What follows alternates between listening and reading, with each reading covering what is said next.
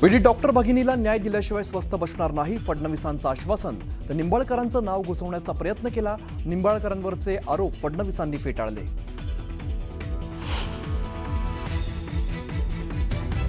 Doctor तरुणी आत्महत्या प्रकरणातील दुसरा आरोपी PSI गोपाल बदनेला 30 ऑक्टोबरपर्यंत पोलीस कोठडी, बलात्कार केल्याचा डॉक्टर तरुणीचा सुसाईड नोटमध्ये आरोप.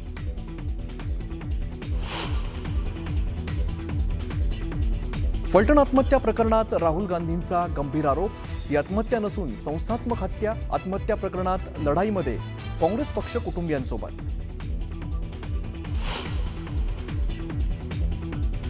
महायुतीत दंगा नको, एकनाथ शिंदेंचा रवींद्र धंगेकरांना सल्ला. शिंदेंच्या आदेशानंतरही माझा लढा सुरूच ठेवणार, धंगेकरांचं विधान.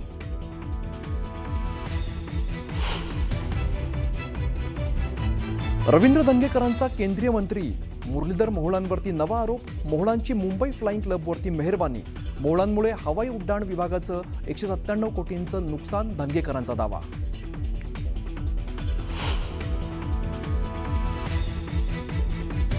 पुणे जैन बोर्डिंग व्यवहार प्रकरणी जैन समाज आक्रमक. 1 तारखेआधी व्यवहार रद्द न झाल्यास उपोषण करणार, जैन मुनींचा इशारा. तर PM मोदींसोबत बैठक घेण्याची राजू शेट्टींकडे मागणी.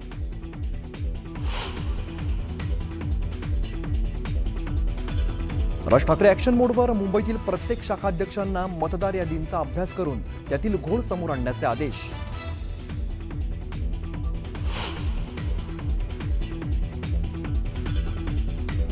राज्यात परतीच्या पावसाचा धुमाकूळ. द्राक्ष बागांसह कांदा, कापूस पिकांचं अतोनात नुकसान. नुकसानामुळे राज्यातील बळीराजा हतबल.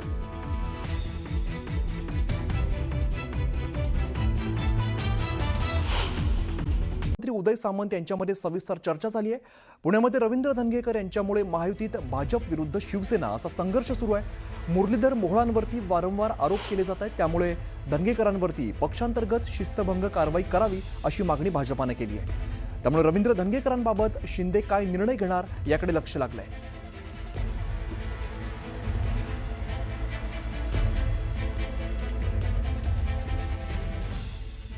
बुलेटिनमध्ये आता घेऊया बातम्यांचा वेगवान आढावा.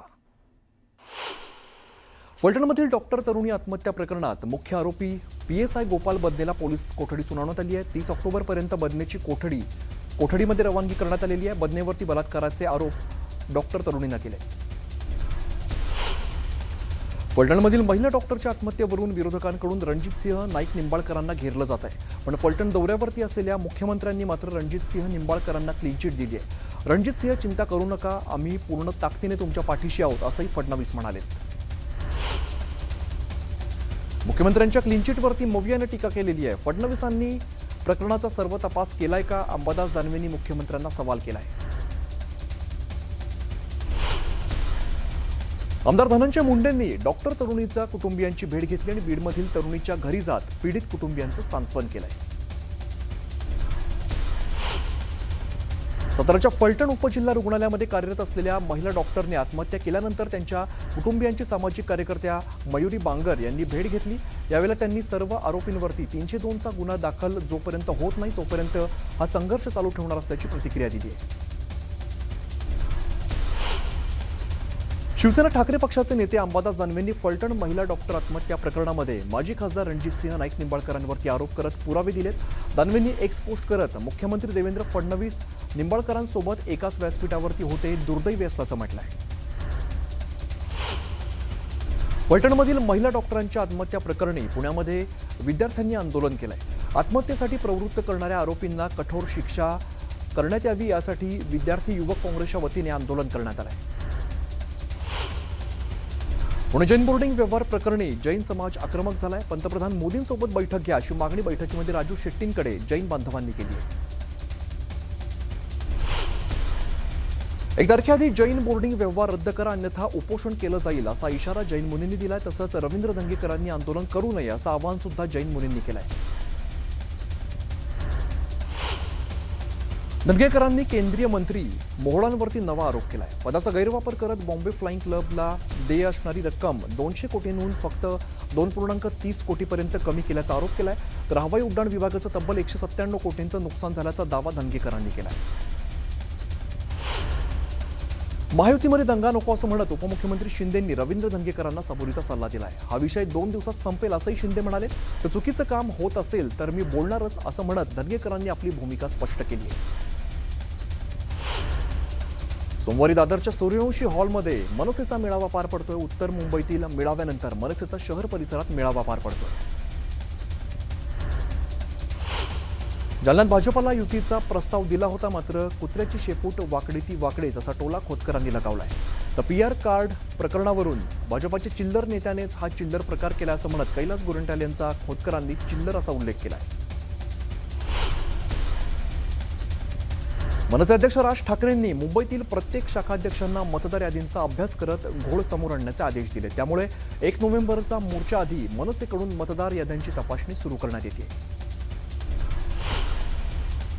केंद्रीय गृहमंत्री अमित शहांच्या हस्ते मुंबईत महाराष्ट्र भाजपाच्या प्रदेश मुख्यालयाचं उद्या भूमिपूजन पार पडणार आहे.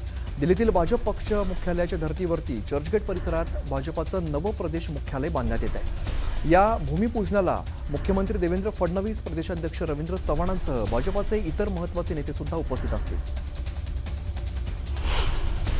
मुरलीधर मोहोळांनी केंद्रीय हवाई उड्डाण राज्यमंत्री पदाचा गैरवापर करत बॉम्बे फ्लाइंग क्लबला देय असलेली रक्कम 200 कोटींहून फक्त 2.30 कोटींपर्यंत कमी केल्याचा नवा आरोप रवींद्र धंगेकरांनी केलाय. धंगेकरांनी एक्सवरती पोस्ट शेअर करत मोहोळांनी ज्या कंपनीला फायदा करून दिला त्या कंपनीने मोहोळ यांचा व्यावसायिक भागीदार असलेल्या विशाल गोखलेंना प्रायव्हेट जेट उपलब्ध करून दिल्याचा दावा केलाय. धंगेकरांनी फोटो आणि व्हिडिओ सुद्धा पोस्ट करत या संदर्भात स्पष्टीकरण देण्याचं आव्हान मोहोळांना दिलंय. क्रीडा आणि युवक कल्याण मंत्री माणिकराव कोकाटेंनी काँग्रेसवरती जोरदार हल्लाबोल केलाय. काँग्रेसमध्ये प्रामाणिक कार्यकर्त्याला सोडून घराणेशाही चालते, त्यामुळे मी काँग्रेसमधून बाहेर पडलो आणि राष्ट्रवादीत आलो असं म्हणत मंत्री माणिकराव कोकाटेंनी काँग्रेसवरती जोरदार टीका केली आहे. आगामी स्थानिक स्वराज्य संस्थांच्या निवडणुकीच्या पार्श्वभूमीवरती कराडमध्ये नगरपालिकेच्या निवडणुका लढवणाऱ्या इच्छुकांमध्ये पोस्टर वॉर सुरू झालेला आहे. भाजप आमदार अतुल भोसलेंनी निधी मंजूर केल्यानंतर एकाच कुटुंबातील 3 इच्छुकांनी आमच्यामुळे निधी मंजूर झाल्याचा दावा करत प्रभागामध्ये पोस्टरबाजी केली आहे आणि या पोस्टरबाजीला प्रभागातील अज्ञात नागरिकांनी बॅनरबाजी करत विरोध केला आहे. सायनच्या प्रतीक्षानगर भागातील काही रहिवाशांनी आगामी मनपा निवडणुकांमध्ये मतदानावरती बहिष्कार घालण्याचा इशारा दिलाय. परिसरातील माडाच्या जागेवरती रहिवाशांच्या सोयीसाठी मार्केट बांधण्यात येणार होतं, मात्र मुंबई बँकेला सहकार भवन बांधण्यासाठी जागा देण्यात आली आहे, त्यामुळे स्थानिकांनी यावरती आक्षेप घेतलाय.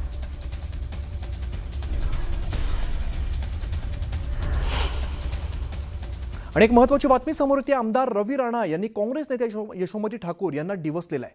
आमदार रवी राणा यांनी काँग्रेस नेत्या यशोमती ठाकूर यांच्या निवासस्थानी दिवाळीचा किराणा पाठवल्यामुळे यशोमती ठाकूर चांगल्याच आक्रमक झाल्या. मी पराभूत झाले, जिंकले, मला काही फरक पडत नाही, मी पक्ष बदलत नाही, सरड्यासारखे रंग बदलत नाही, अवकातीत रहा अशी टीका ठाकूर यांनी केली आहे.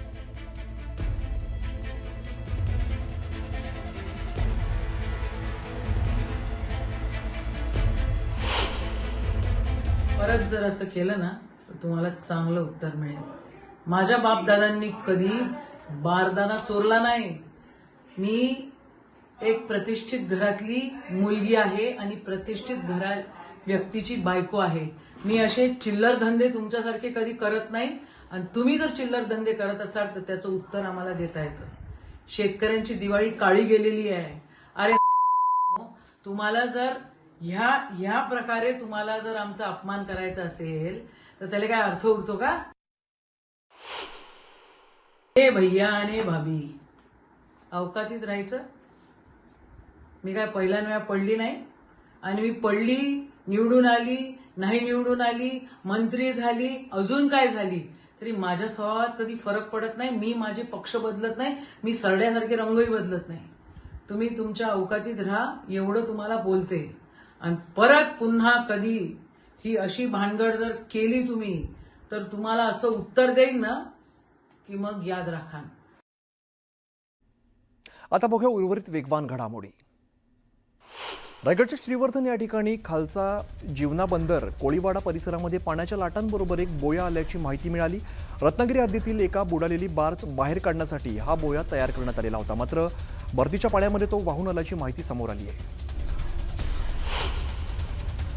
गुरेचोरी प्रकरणातील 2 आरोपी पोलिसांच्या ताब्यातून पसार झाल्याच्या प्रकरणामध्ये जळगाव स्थानिक गुन्हे शाखेच्या 4 कर्मचाऱ्यांना निलंबित करण्यात आले. या चौघांवरती कर्तव्यामध्ये कसूर आणि निष्काळजीपणाचा ठपका ठेवण्यात आला असून जिल्हा पोलीस अधीक्षक डॉक्टर महेश्वर रेड्डी यांनी निलंबनाचे आदेश दिले. औरंगाबाद रेल्वे स्थानकाचं नाव बदलून छत्रपती संभाजीनगर रेल्वे स्थानक करण्यात आलेलं आहे. दक्षिण मध्य रेल्वे कार्यालयाकडून नाव बदलल्याची अधिकृत घोषणा करण्यात आली.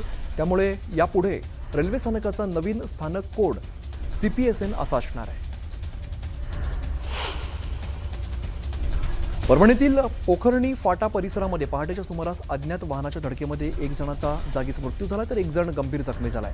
अज्ञात वाहनाने धडक दिल्यानंतर त्या ठिकाणी पळ काढलेल्या दैठणा पोलिसांनी या प्रकरणी गुन्हा दाखल करत त्या आरोपीचा शोध सुरू आहे.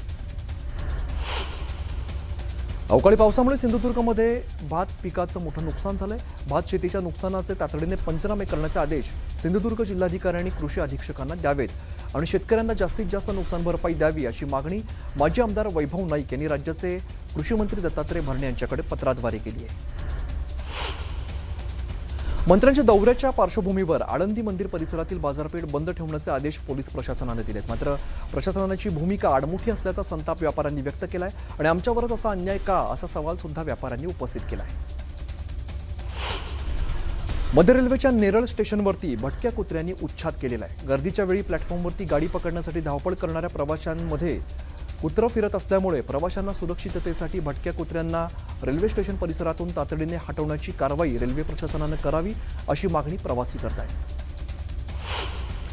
सिंधुदुर्ग आणि गोवा राज्याच्या सीमेवरील बांदा मडुरा पंचक्रोशीमध्ये ठाण मांडून राहिलेल्या ओमकार टस्कर हत्ती भरवस्तीमध्ये दिवसाढवळ्या फेरफटका मारताना दिसून येतोय. या ओमकार हत्तीकडून बागायती आणि भातशेतीचं मोठ्या प्रमाणात नुकसान केलं जात आहे. जळगाव ते मुंबई दरम्यानची विमानसेवा आजपासून सुरू झाली. मुंबईहून येणारं विमान जळगाव मार्गे अहमदाबादला जाईल आणि पुन्हा एकदा मुंबईला रवाना होईल. अहिल्यानगर जिल्ह्यातील मातंग समाजाच्या तरुणावरती झालेल्या हल्ल्याच्या निषेधार्थ सोलापुरातील मातंग समाजाने सोलापूर हैदराबाद राष्ट्रीय महामार्गावरती टायर जाळत आंदोलन केलं. मातंग समाजाच्या तरुणाच्या हल्लेखोरांना कठोर शिक्षा देण्याची मागणी यावेळेला करण्यात आली. गडचिरोलीतील 21 माओवाद्यांनी जंगलातून बाहेर येत शस्त्रासह पोलिसांच्या समोर आत्मसमर्पण केलंय. माओवाद्यांच्या केशकल विभागाच्या संघटनेचा विभागीय सचिव जहाल माओवादी मुकेश यांच्या नेतृत्वामध्ये 4 उपविभागीय समिती सदस्यांसह आत्मसमर्पण केलं असून यामध्ये 9 एरिया कमिटी सदस्य आणि 8 दलम सदस्य अशा 21 माओवाद्यांचा समावेश आहे. शहापूर तालुक्याला पुन्हा अवकाळी पावसानं झोडपून काढलेल्या शहापूर शहरासह शहापूर ग्रामीण भागामध्ये मोठ्या प्रमाणात विजांच्या कडकडाटासह मुसळधार पावसाला सुरुवात झाली. सावंतवाडी तालुक्यासह ओटवणे परिसरामध्ये अवकाळी पावसानं झोडपून काढलंय. अचानक आलेल्या पावसामुळे शेतकऱ्यांच्या भात शेतीचं मोठ्या प्रमाणात नुकसान होण्याची शक्यता आहे. फलटणमध्ये मुसळधार पाऊस झालाय. अचानक आलेल्या पावसामुळे नागरिकांची चांगलीच तारांबळ उडाली. त्यामुळे शेतकरी वर्गात चिंतेचं वातावरण आहे.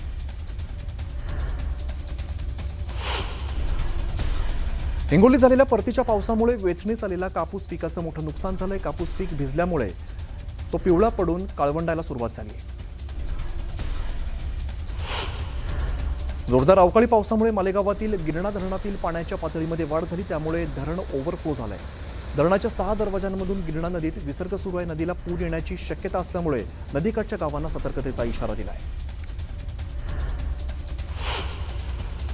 बुलढाणा जिल्ह्यामध्ये पुन्हा पावसाने धुमाकूळ घातलाय. पावसाचा फटका हा सोयाबीन आणि कपाशी पिकांना मोठ्या प्रमाणात बसला असून शेतकरी पुन्हा एकदा संकटात सापडला आहे. हिंगोलीत झालेल्या परतीच्या पावसामुळे वेचणीस आलेल्या कापूस पिकाचं मोठं नुकसान झालंय. कापूस पीक भिजल्यामुळे पिवळा पडून काळवंडायला सुरुवात झाली.